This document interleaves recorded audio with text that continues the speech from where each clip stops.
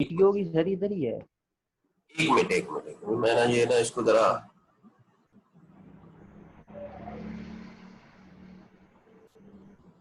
मैं कल तेरा एक फोल्डर बना लूँ। जी जी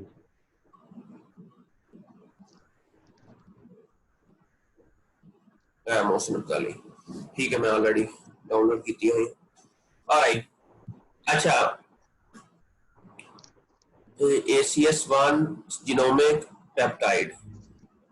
अच्छा ये जो तेरी ACS1 ਦੀ ਸੀਕੁਐਂਸ ਸੀਗੀ ਉਹਦੇ ਵਿੱਚ ਇਹ ਤੋਂ ਲਈ ਅਰਾਬਿਡੋਪਸਿਸ ਥਲਿਆਨਾ ਦੀ ਠੀਕ ਹੋ ਗਿਆ। ਇਹ ਲੈ ਕੇ ਤੇ ਇਹ download amino transferase domain search out ਕੀਤੀ, ठीक हो गया। जी जी अच्छा किनिया ACS ਦੀਆਂ ਕਿੰਨੀਆਂ ਸੀਕੁਐਂਸਸ ਨੇ? हाउ मेनी सीक्वेंसेस है? ये 3 है सर। ACS की जीनोमिक, ACS की जीनोमिक, पेप्टाइड और CDS। ओके, ये 3 हो गई ये। अच्छा अभी ना हमने अच्छा टोटल आपकी मिली है, टोटल कितनी मिली है? टोटल सर ACS की ACS की सर टोटल 4 होगी ना। एक वो ACS की अपने जीन की फाइल और बाकी 3 सीक्वेंसेस है। एक रेफरेंस सीक्वेंसेस है और बाकी दूसरे 3 यही मैं सीक्वेंसेस कह रहा कि टोटल सीक्वेंसेस कितनी मिली है ऑल में आपकी ACS की? ये सर ACS की 28 मिली हैं उससे। That's too much. तो जी ये सारी की सारी ACS है?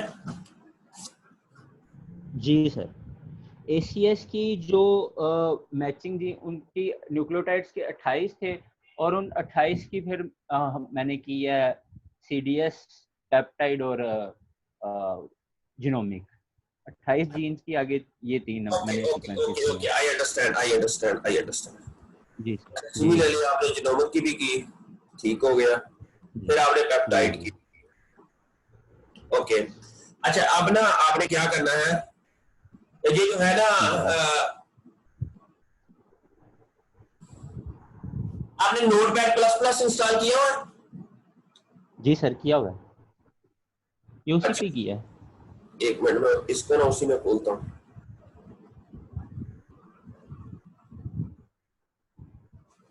अब ये जो पेप्टाइड सीक्वेंसेस है ना आपकी, इसके अंदर जी ना जी आपने ये एंड पे स्टार लगाया हुआ है।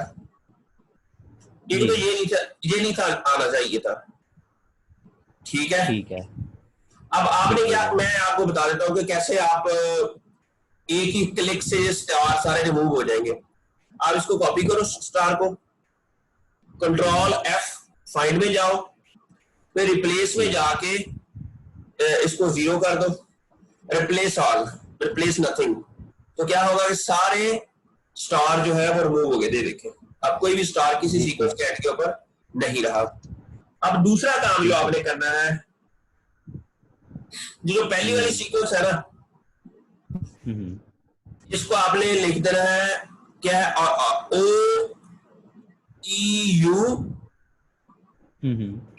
OEUACS1, फिर अंडरस्कोर ये इसका जो नाम है। ठीक ठीक अच्छा इसी तरह जो दूसरी है ठीक है उसका नाम आपने लिख देना OEACS2 अंडरस्कोर जो इधर सेशन नंबर है। ठीक ठीक हो गया।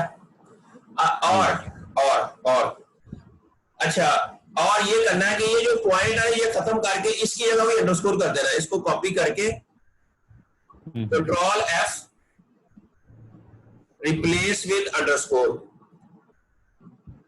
ठीक है इस और रिप्लेस ऑल। ठीक है। अब ये सब के साथ ये जो पॉइंट है ये खत्म हो गए, अंडरस्कोर 1 हो गया। अब जो तीसरी सीक्वेंस है उसको हमने लिख देना है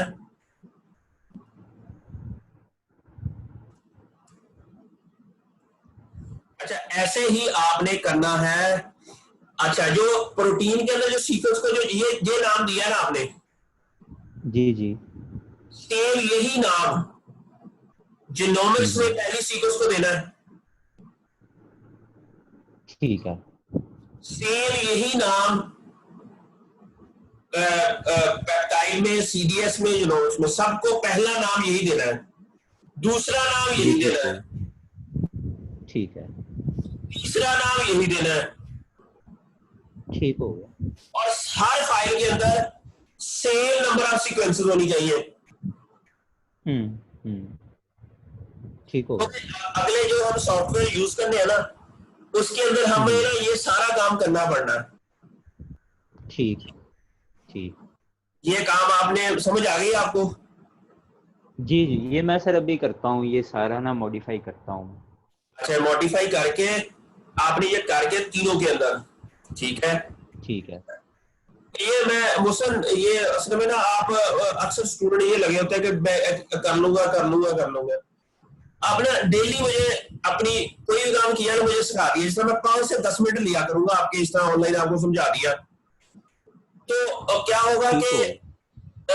असल में ना फिर बच्चों अल्टीमेटली ना फिर सारा, अभी वो बीरा थी उसने भी यही किया, आपकी सीनियर है शायद, तो बाद में उसको जी फिर दोबारा से काम करना पड़ा सारा।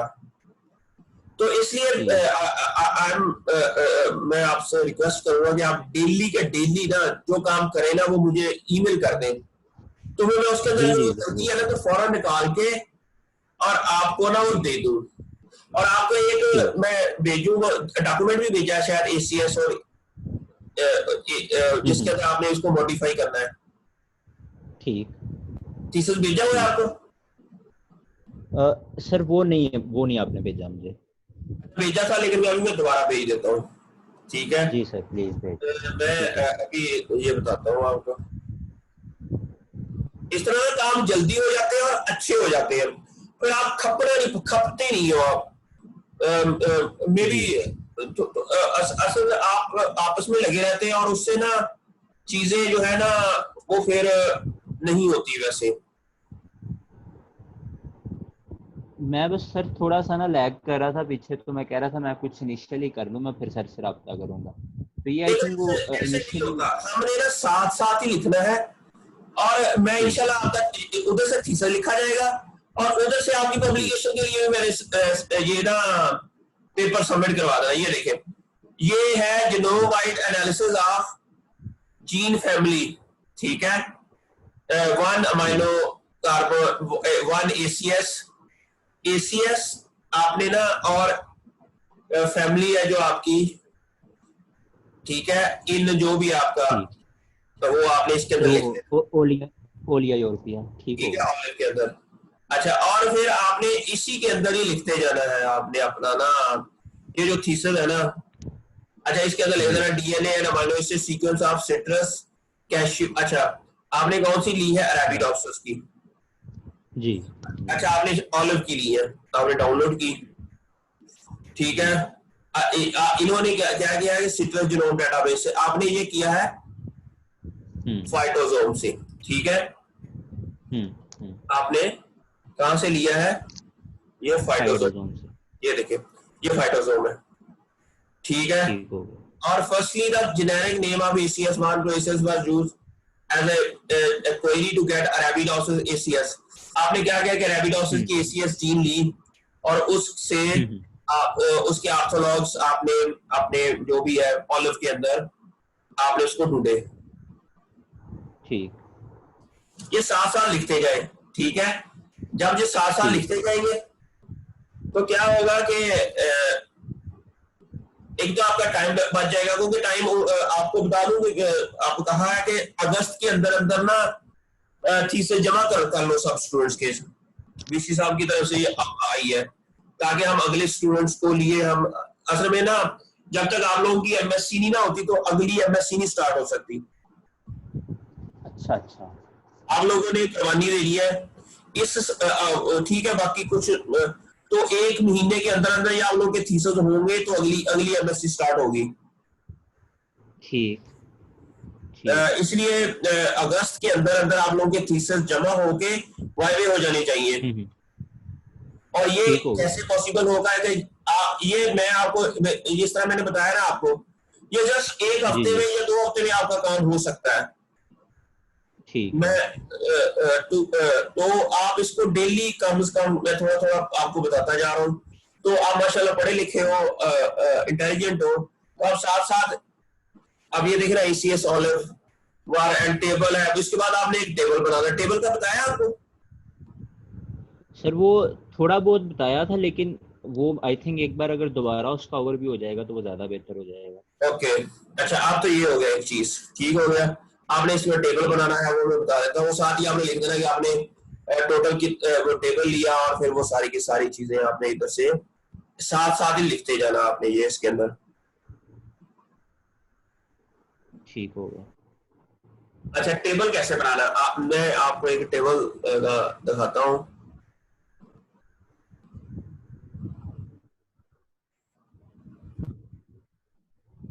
ये देखो,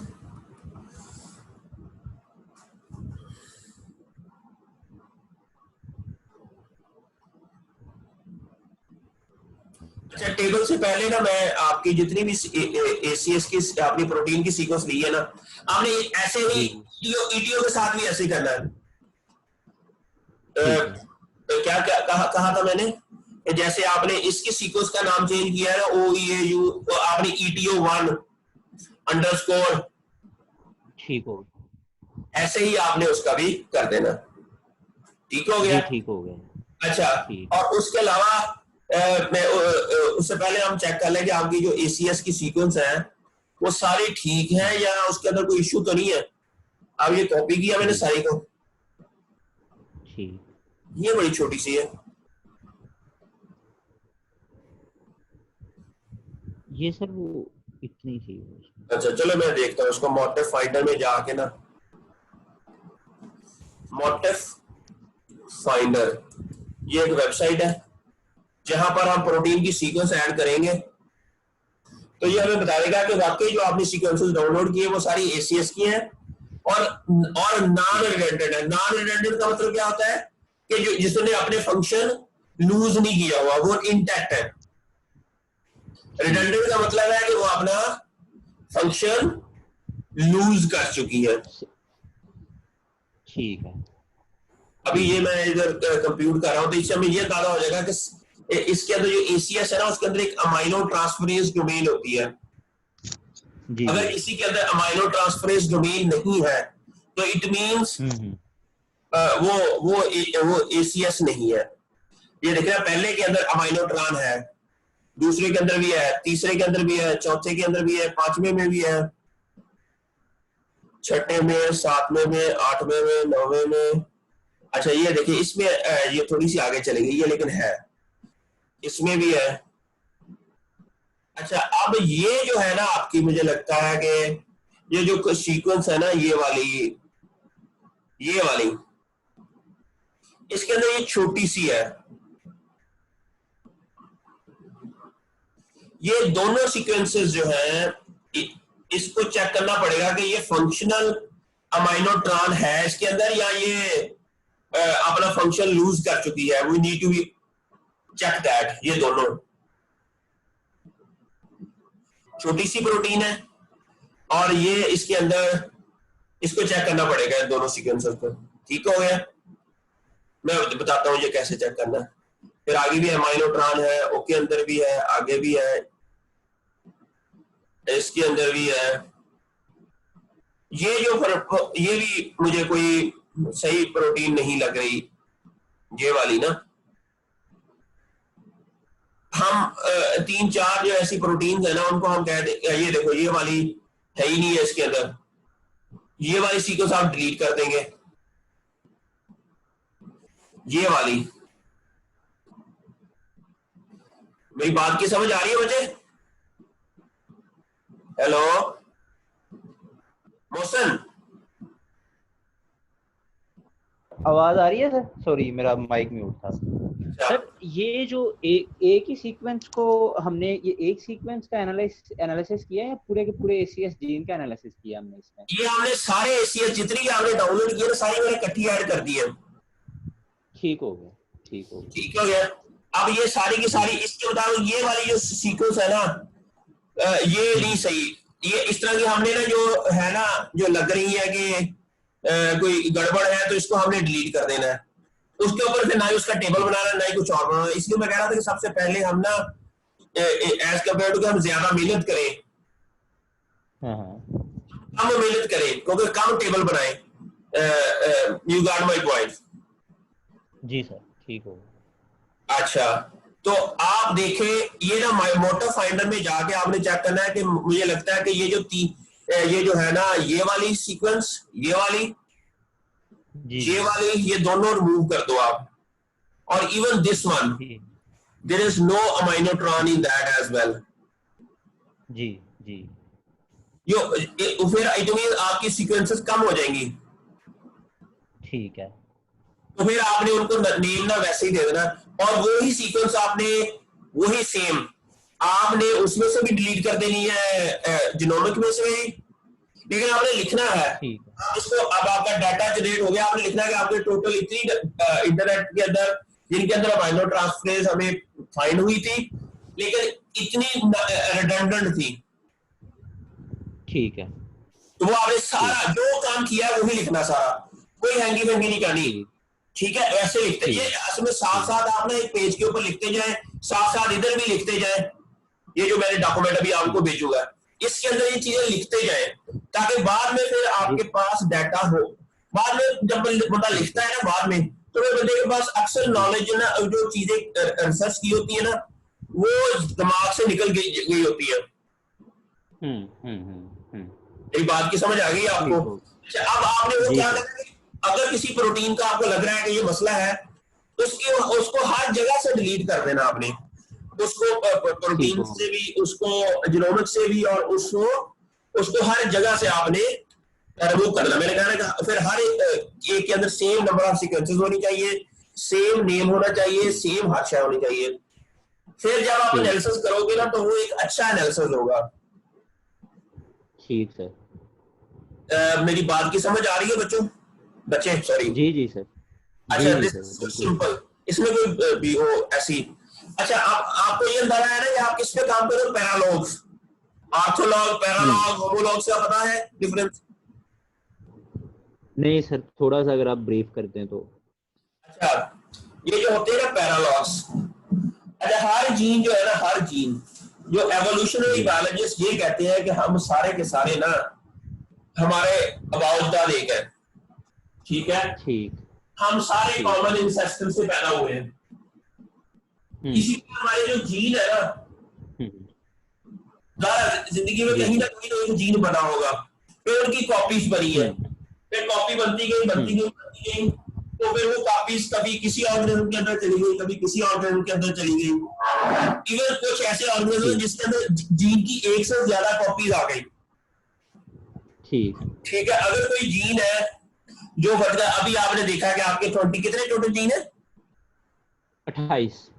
28 जीन है आपके ऑलिव के अंदर। ठीक है जी। आपको समझ आ गई कि एक जीन उसकी कॉपी हुई ऑलिव के अंदर, 28 जगह में चला गया।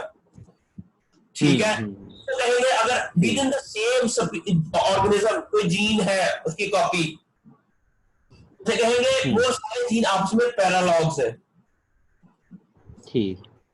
अगर इसी तरह का जीन जिस तरह का टोमेटो के अंदर है, अगर सेम उसी तरह का ऑलिव के अंदर है, उसे हम कहेंगे ऑर्थोलॉग्स। ठीक हो गया, मेरी समझ आ गई। हमने एसीएस जीन लिया, अपने सीक्वेंस लिया अरेबिडोप्सिस से, आपने अरेबिडोप्सिस से एसीएस सीक्वेंस लेके आपने उसके ऑर्थोलॉग्स आइडेंटिफाई किए हैं ऑलिव के अंदर। ठीक है। अच्छा, अब आपने देखना है कि ऑलिव के अंदर जो इतने एसीएस के जीन है। अच्छा, अब मैं आपको एक कहानी सुनाता हूँ। एक कहानी ये है कि आपको पता है कि आपकी जो ह्यूमन बॉडी है, उसके जो हेयर्स हैं वो किस प्रोटीन के बने हुए हैं? केराटिन? नहीं। ठीक है, ठीक है। अच्छा, सिमिलरली आपके जो नाखून है ना, वो भी केराटिन के बने हुए हैं। इवन आई के अंदर भी कहीं ना कहीं केराटिन प्रोटीन होती है, आपके स्किन के अंदर भी केराटिन प्रोटीन होती है। इवन जो है ना पार होते हैं, पार वर्ड्स के, ठीक है, उनके अंदर भी केराटिन होती है। और जो घोड़े होते हैं उसके जो खुरियां होती है, उनके अंदर भी केराटिन होती है। ठीक हो गया। अगर आप देखें कि यार केराटिन एक प्रोटीन है, लेकिन उसकी इतनी डाइवर्स फॉर्म है। इंसान सोचता है कि यार ये एक ही जीन से इतनी कैरेटिन बनी है, या हर कैरेटिन डिफरेंट जीन से एक्सप्रेस हुई है, या एक जीन उसके अंदर म्यूटेशन हुई, कॉपी बनी, डुप्लीकेशन हुई, वो नए क्रोमोसोम पे चली गई। अब जो हमारे ईयर के अंदर कैरेटिन प्रोटीन बनाने वाला जीन और है, जो आइस के अंदर कैरेटिन बनाने वाला जीन वो और है, नाखून का जो बीक के अंदर भी कैरेटिन प्रोटीन है, लेकिन उसका बनाने वाला जीन कोई और है।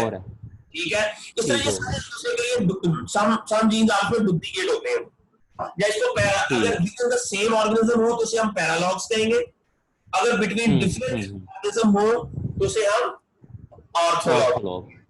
अच्छा, अब ये जितनी भी एवोल्यूशन हो रही है दुनिया के अंदर, नई से नई स्पीशीज बन रही है, स्पीसीएशन होती है, उसके अंदर सबसे मेजर जो फोर्स है ना, वो जीन डुप्लीकेशन की है।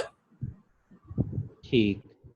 नए जीन कैसे बनते हैं कि जीन डुप्लीकेट हुआ, डुप्लीकेट होने के बाद वो क्रोमोसोम नंबर 1 से क्रोमोसोम नंबर 5 पे चला गया।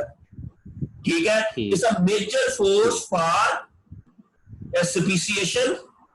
ठीक है, जो नई से नई स्पीशीज बन रही है, न्यू से नई जीन डेवलप हो रहे हैं, नई से नई डाइवर्सिटी आपको मिलती है एक प्लांट्स के अंदर, और वो सारी की सारी चीजें, इस चीज की समझ आ गई आपको। ठीक है, अब ये जो इथाइलिन के रिलेटेड जीन हम क्यों आइडेंटिफाई कर रहे हैं? हम इसलिए कर रहे हैं क्योंकि मैंने अभी एक टोमेटो के अंदर और फिर एक जीन आइडेंटिफाई किए, इथाइलिन रिलेटेड एसीओ जीन है, जो कि कुछ 6 जीन है जो एसीओ एसीसी सिंथेसिस के बाद आता है एसीओ, वो भी इथाइलिन से रिलेटेड ही है, शायद आपको पता हो। मैंने जब उसका अभी बच्चे को एक पढ़ा रहा था उसके बारे में, उसके ऊपर रिसर्च कर रहा है, तो उसने देखा कि यार वो जीन जो है ना, उनमें से जो ACO3 और ACO5 है, वो सीड के अंदर एक्सप्रेस होता है, और इस तरह ACO जो है ना 7, वो उस वक्त एक्सप्रेस होता है जब भी मेरिस्टेमेटिक टिश्यूज होते हैं। इसका मतलब क्या है कि प्लांट के अंदर इथाइलिन प्रोड्यूस होती है, लेकिन हर जगह एक ही जीन से एक्सप्रेस, एक ही जीन से बायोसिंथेसिस नहीं होती। ठीक, इट मींस ये जो आप ऑलिव है, ऑलिव के अंदर इथाइलिन अगर प्रोड्यूस हो रही है आफ्टर हार्वेस्टिंग, राइपनिंग के दौरान, देयर इज अ पॉसिबिलिटी कि जीन कोई और है जो राइपनिंग के दौरान प्रोड्यूस कर रहा है इथाइलिन। ठीक, कोई ऐसा, देयर इज अ पॉसिबिलिटी कि कुछ ऐसा भी है कि हमारा ये जीन जो है वो राइपनिंग के दौरान और है। अब आपने ये आइडेंटिफाई करने हैं कि वो कौन से जीन्स हैं कि आपके जो 25 जीन्स हैं, 28 से 25 रह गए, तो इनके अंदर से वो कौन से जीन्स हैं जो सिर्फ रूट के अंदर के रिलेटेड है, वो कौन से एसीएस के जीन हैं जो टीटीओ के जीन्स हैं जो कि हेल्प करते हैं एथाइलिन प्रोडक्शन में, व्हेन फ्लावर हो, व्हेन रूट हो, व्हेन शूट हो। अच्छा, फिर हम इसका ये भी देखेंगे कि ये किन ट्रांसक्रिप्शन फैक्टर से एक्टिवेट होते हैं, वो भी एक और हम सॉफ्टवेयर यूज करेंगे। फिर हम अल्टीमेटली हमारे पास एक नॉलेज जनरेट होगा, उस नॉलेज से हमें ये अंदाजा होगा कि कौन से जो एसीएस के जीन है जो कि सिर्फ राइपनिंग के दौरान इथाइलिन प्रोड्यूस करते हैं। ठीक, अगर हम सारे एसीएस जीन को कंट्रोल करने की बजाय सिर्फ उस एसीएस जीन को कंट्रोल कर लें, तो we can extend the shelf life of olive या एनी प्लांट। ठीक, ठीक, मेरी अच्छा, फिर हम ये पता करें कि वो एसीएस जीन, उसका जो प्रमोटर है, तो वो किस स्टिमुलस से एक्सप्रेस होता है। अगर वो स्टिमुलस का पता चल जाए तो उस स्टिमुलस को उस ऑलिव के इर्द गिर्द होने ना दें। ठीक, तो वो स्टिमुलस को हम ब्लॉक कर दें, या एसीएस के जीन को एक्सप्रेशन को ब्लॉक कर दें, या उस स्टिमुलस को ब्लॉक कर दें, then we will be able to enhance the shelf life of। ठीक है, ये हम फिर हॉर्टिकल्चरिस्ट या जो हमारे मोलेकुलर बायोलॉजिस्ट है, बायोटेक्नोलॉजिस्ट है, ब्रीडर्स हैं, उनको फिर हम सजेशन देंगे कि ये जीन्स हैं, ये जहाँ एक्सप्रेस होते हैं, ये जीन्स हैं, ये ऑनलाइन हमारे पास, तो आपने को 10-12 डिफरेंट सॉफ्टवेयर डेटाबेस यूज करने हैं, तो इससे आपके पास एक ऐसा नॉलेज जनरेट होना है जो कि एक अच्छी पब्लिकेशन की फॉर्म में आएगा। ठीक है, और ये जो सीक्रेट है इसका हमें पता चलेगा कि ये सीक्रेट क्या है। ठीक हो गया। मेरी बात अभी तक समझ आई सारी आपको? जी जी सर जी। आपको अपने ऑब्जेक्टिव का पता चल गया कि what are you doing and why you are going to be ये। तो उसके लिए फिर आप कोशिश करें मेजर कि अभी तक जो एसीएस या ईपीओ के जीन डिफरेंट ऑर्गेनिज्म के अंदर कैरेक्टराइज हुए हैं जी, वो पेपर पढ़े, ठीक है, और देखिए कि उन्होंने ये कैरेक्टराइज कैसे किए हैं, ताकि आपका नॉलेज बढ़ जाए, आपको पता चल जाए कि मैंने अपना ऑलिव के अंदर ये जीन कैरेक्टराइज कैसे करने हैं। ठीक जी जी। अच्छा सर, मैंने पूछना था कि ये जो हमने रेफरेंस प्लांट लिया है अरेबिडोप्सिस, इसकी क्या सिग्निफिकेंस है? अच्छा हाँ, दैट्स वेरी गुड क्वेश्चन। अच्छा मैंने अभी बताया था आर्थोलॉग्स। अच्छा नॉर्मली हमने हर जीन का जो आपका अभी जीन है उसका हमने आर्थोलॉग भी मालूम करने हैं। अच्छा आर्थोलॉग अरेबिडोप्सिस के अंदर जो उसके आर्थोलॉग्स हैं वो भी हम ये 25 जीन्स के आइडेंटिफाई करेंगे। अच्छा वो क्यों करने हैं? क्वेश्चन ये है वो क्यों करने हैं? वो इसलिए करने हैं क्योंकि अरेबिडोप्सिस दुनिया के अंदर एक ऐसा वाहद पौधा है जो कि सबसे ज्यादा उसके ऊपर रिसर्च हुई है। ठीक, और उसके सारे जीन ना कैरेक्टराइज हुए एसीएस के। अच्छा अच्छा, लोगों को पता है कि ये कब एक्सप्रेस होता है, उसका प्रमोटर कैसा है, उसकी प्रोटीन बनती है तो उसकी प्रोटीन की डोमेन कैसी है, प्रोटीन की स्ट्रक्चर कैसी है, ये किस रिस्पॉन्स के अंदर एक्सप्रेस होता है। ऐसा जीन तो हर लिहाज से कैरेक्टराइज हुआ हो उसको रेफरेंस प्रोटीन कहते हैं या रेफरेंस जीन कहते हैं। रेफरेंस वो जीन होती है जो कि ऑथेंटिक हो। ठीक, अच्छा अगर हमें पता हो कि ये ACS5 जो जीन है अरेबिडोप्सिस थैलियाना का, उसका ये फंक्शन है, तो हम अपने इस जीन का भी फंक्शन मालूम कर सकते हैं जो हमारे जीन्स हैं ऑर्थोलॉग्स जो हमारे ऑलिव के अंदर है। ठीक ठीक, that's why we use reference proteins. ठीक है, अच्छा और ये बड़ा इंटरेस्टिंग स्टोरी है जो हम आप इंशाल्लाह आप लोगों के साथ ये इससे हम हर शय का एनालिसिस करेंगे, इसका डीएनए का, फिर इसका आरएनए किन किन के अंदर बनता है, कब बनता है, वो एक डेटाबेस है। फिर इसका प्रोटीन के अंदर कौन कौन सी डोमेन्स है वो हम एनालिसिस करेंगे।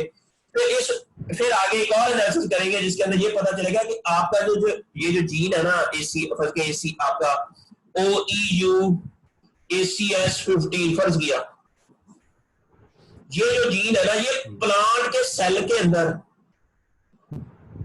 कहां लोकलाइज होगा। लोकलाइज का मतलब है कि ये प्रोटीन बनने के बाद माइटोकॉन्ड्रिया में जाएगी, गोल्जी बॉडीज में जाएगी, क्लोरोप्लास्ट में जाएगी। ये भी एक सॉफ्टवेयर है। सॉफ्टवेयर जो प्रोटीन है ना उसके अंदर डिफरेंट अमीनो एसिड की अरेंजमेंट को देख के पता चला लेता है कि ये प्रोटीन जो बनने के बाद न्यूक्लियस की तरफ जाएगी, ये साइटोप्लाज्म में काम करेगी, ये सेल मेम्ब्रेन का पार्ट बनेगी, ये माइटोकॉन्ड्रियल मेम्ब्रेन का पार्ट बनेगी, तो वो भी हमें पता चल जाएगा। एक तो ये हमें अंदाजा हो जाएगा। फिर ये न्यूक्लियस की तरफ जाएगी कि नहीं ये भी पता चल जाएगा। ठीक है, इससे हमें ये अंदाजा हो जाएगा। अगर अरेबिडोप्सिस थैलियाना की ACS5 जीन के अंदर भी सेम इसी तरह के सिग्नल्स हैं तो हम कह सकते हैं कि ये दोनों आपस में भी ऑर्थोलॉग। ठीक है, ठीक होगा। देयर इज अ पॉसिबिलिटी कि इसका भी फंक्शन सेम उसी तरह का होगा जिस तरह का क्योंकि अरेबिडोप्सिस का फंक्शन ऑलरेडी कैरेक्टराइज हो चुका है। ये बात समझ आ गई मेरे आपको? ठीक हो गया जी। तो ये हमने ना सॉल्व ये जो सीक्रेट है लाइफ के इसको अंडरस्टैंड करने की कोशिश करनी है। ठीक ठीक, अब ये देखो ये बातें आप आपस में बैठ के मेरे लिहाज से नहीं इतनी अच्छे तरीके से अंडरस्टैंड कर सकते थे कि आप लोग आपस में ना ठीक है आप लोग आपस में लगे हुए हैं, अच्छी बात है, ये तो अच्छी बात है, लेकिन एक बार आपको कुछ ना कुछ तो अंडरस्टैंड करना ही पड़ना है आपको। बिल्कुल सर बिल्कुल, उस दिन बस वो कर लिया था जिस तरह से करना था, लेकिन जो अंडरस्टैंडिंग है वो तो नहीं थी बन सकी कि हम कर क्या रहे हैं। हाँ जी, तो इसके अंदर मैं आपको बताता हूँ कि इतने पेपर्स हैं अच्छे जर्नल्स में पेपर पब्लिश हुए हैं। ये देखो genome wide analysis of Vicky gene family in cotton, ये देखो। आपने क्या करना है, genome wide analysis of ACS and ETO gene family in olive, ठीक है। अब ये किस जर्नल में पेपर पब्लिश हुआ है, ये देख, बड़े मॉलिक्यूलर जेनेटिक्स एंड जीनोमिक्स, फर्ज किया ये जर्नल है। अब हम देखते हैं कि इसका इम्पैक्ट फैक्टर क्या है।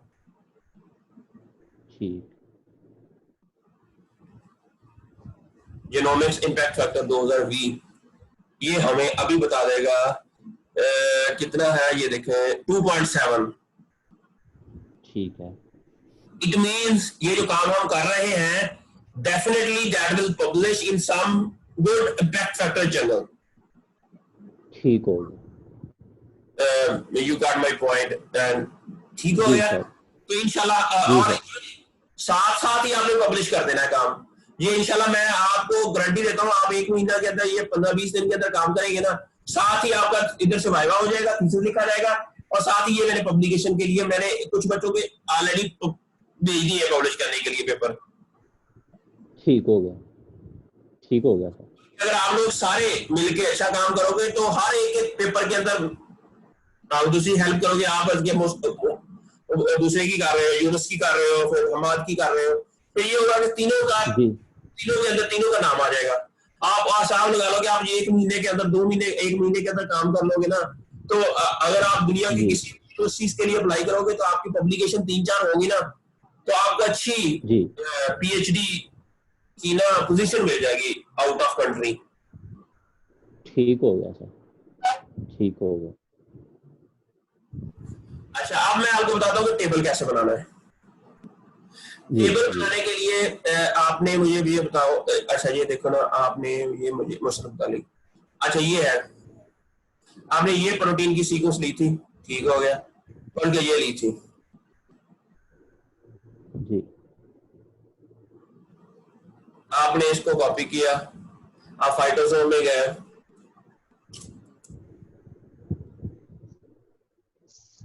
और यहां गए आप। अच्छा एक और, हाँ एक और चीज जो आपको बतानी थी। अच्छा इसके अंदर ना कुछ मुझे ऐसे सीक्वेंसेस भी लगे हैं आपके ना, ये टेबल बनाने से पहले जो भी आप, वो भी आपने डिलीट कर देने हैं। ये जीनोमिक्स के अंदर आप जाएंगे ना, जब इसमें से ये मुझे लग रहा है कि कुछ ऐसे, ये भी सीक्वेंस ठीक है, ये भी सीक्वेंस ठीक है, ये भी सही है, ये भी सही है, ये भी सही है, ये भी सही है, ये भी सही है।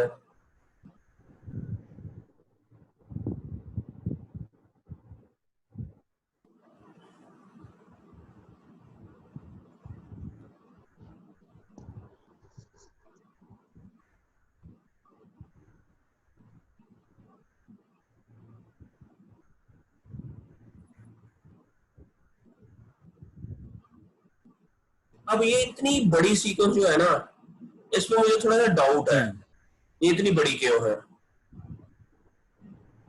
अच्छा, लेकिन फिलहाल मुझे इसके अंदर कोई ऐसा गलत सीक्वेंस नहीं लगी, लेकिन इतनी बड़ी,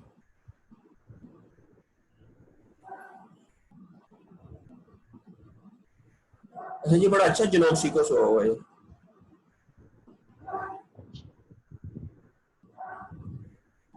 एनएनएन नहीं आया इसमें, है ना? हाँ नजर तो नहीं आया अभी सर। मुझे कहाँ से मिले थे वो, मुझे लगता है किसी और की से मिले होंगे हैं।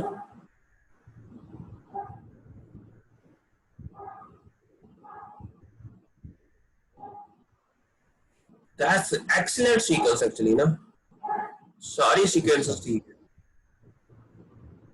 हाँ इसी सीक्वेंस में कोई इशू नहीं, सॉरी। अच्छा अब मैं कॉपी की थी वो, अब हम फाइटोसोम में गए जहां पर ऑलिव को सिलेक्ट किया। ऑलिव किधर है आपका? ये सर सेकंड रो में है, मिड में जाके ये आ गया ऑलिव। इसमें ब्लास्ट में गए, आप इधर प्रोटीन की सीक्वेंस पेस्ट की, इधर हम प्रोटियोम में गए और इसको गो में गए।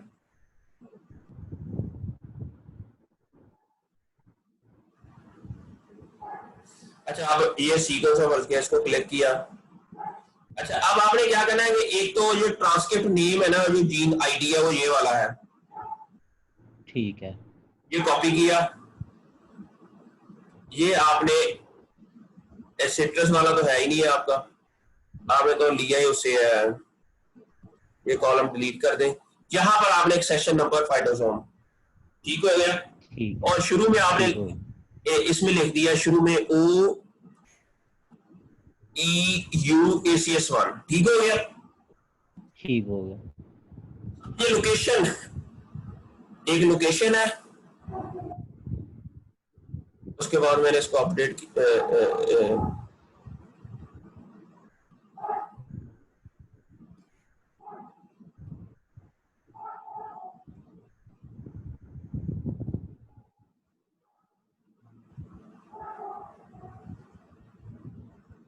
अच्छा, उसके अलावा फिर आपने क्या करना है, ये जो क्रोमोसोम नंबर 3 ये कॉपी करके सारा, ठीक है।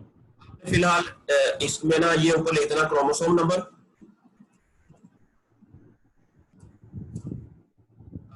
फिलहाल आपने इधर ये सारा लिख के, ये क्रोमोसोम नंबर 3 है, आपने सिर्फ 3 लिख देना, ठीक है।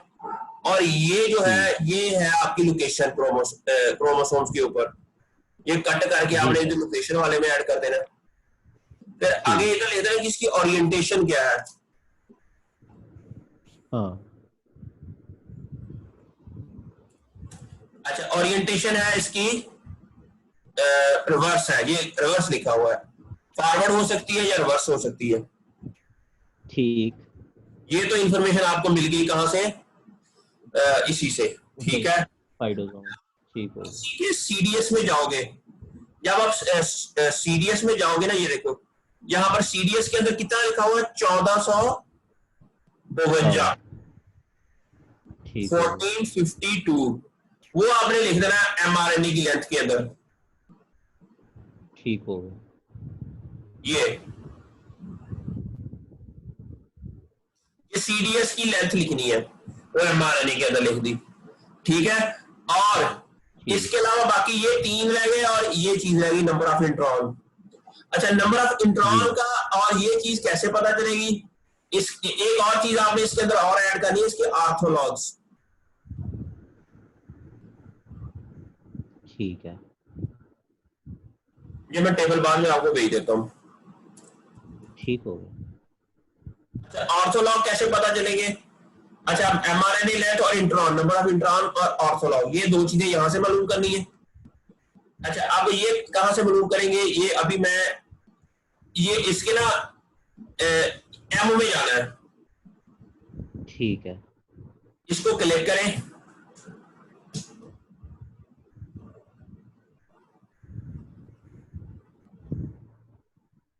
अच्छा, ये हमें क्या बताएगा, ये हमें इसका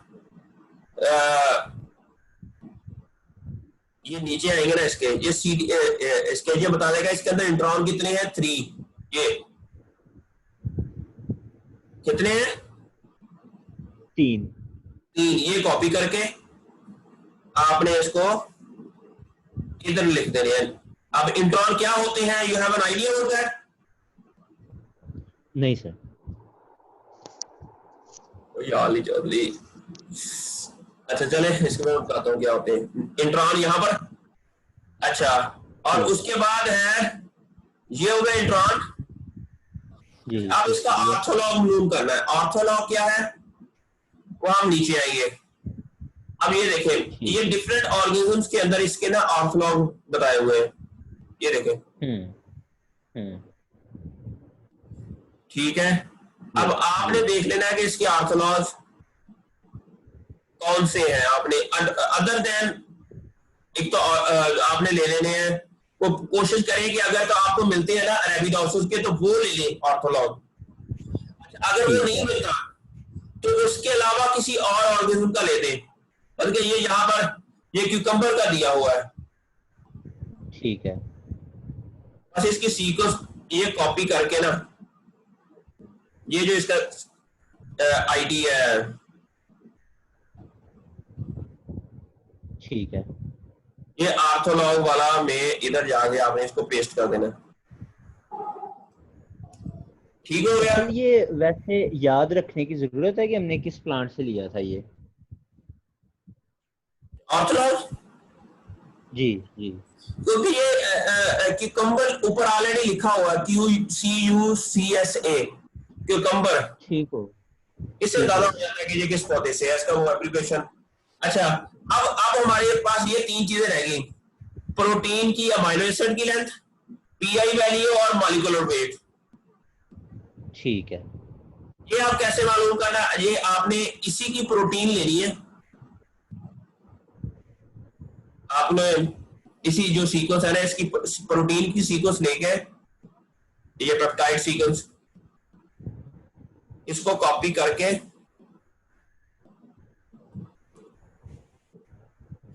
प्रोटोप्रेम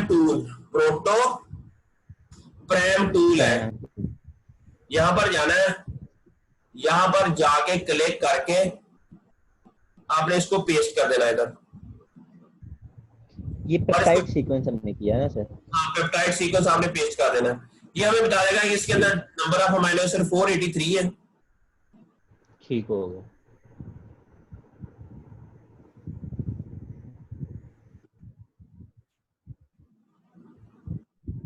ये देखिए, ये हमें बता देगा, यहां से हमने कॉपी कर देना है इसको।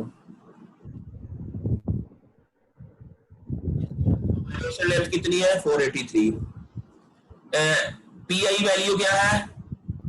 ये दी हुई है 6.44। पीआई वैल्यू होती है कि वो प्रोटीन, पीएच वैल्यू जिसको अगर प्रोटीन के ऊपर 4 न्यूट्रल हो जाता है।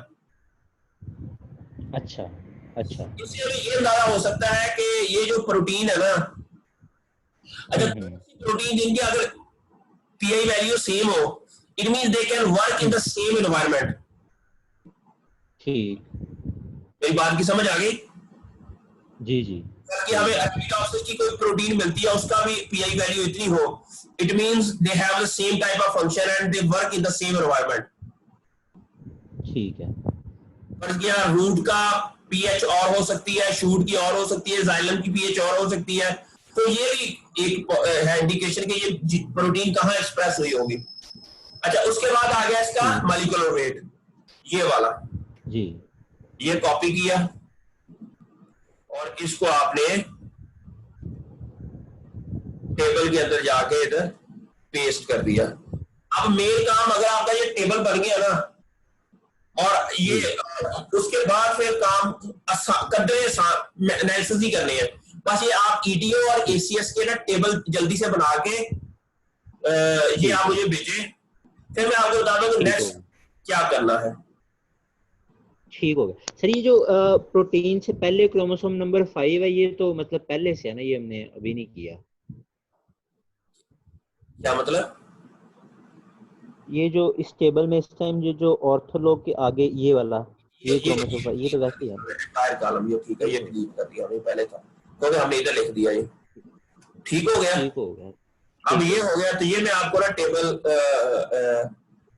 एनालिसिस ऑफ एसीएस, आप इसी तरह आपने ईटीओ का भी बना देना। ठीक है, ठीक हो गया जीन फैमिली इन ऑलिव। जी। ठीक हो गया। इसको मैं फाइल सेव एज, आपका वो जो है ना फोल्डर,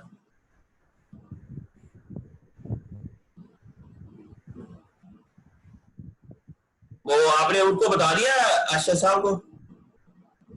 जी सर, उनसे व्हाट्सएप ग्रुप में बात हो गई थी। आपने टाइटल बता दिया उसको अपना? टाइटल नहीं सर, टाइटल अभी नहीं बताया, फाइनल नहीं बताया उन्हें।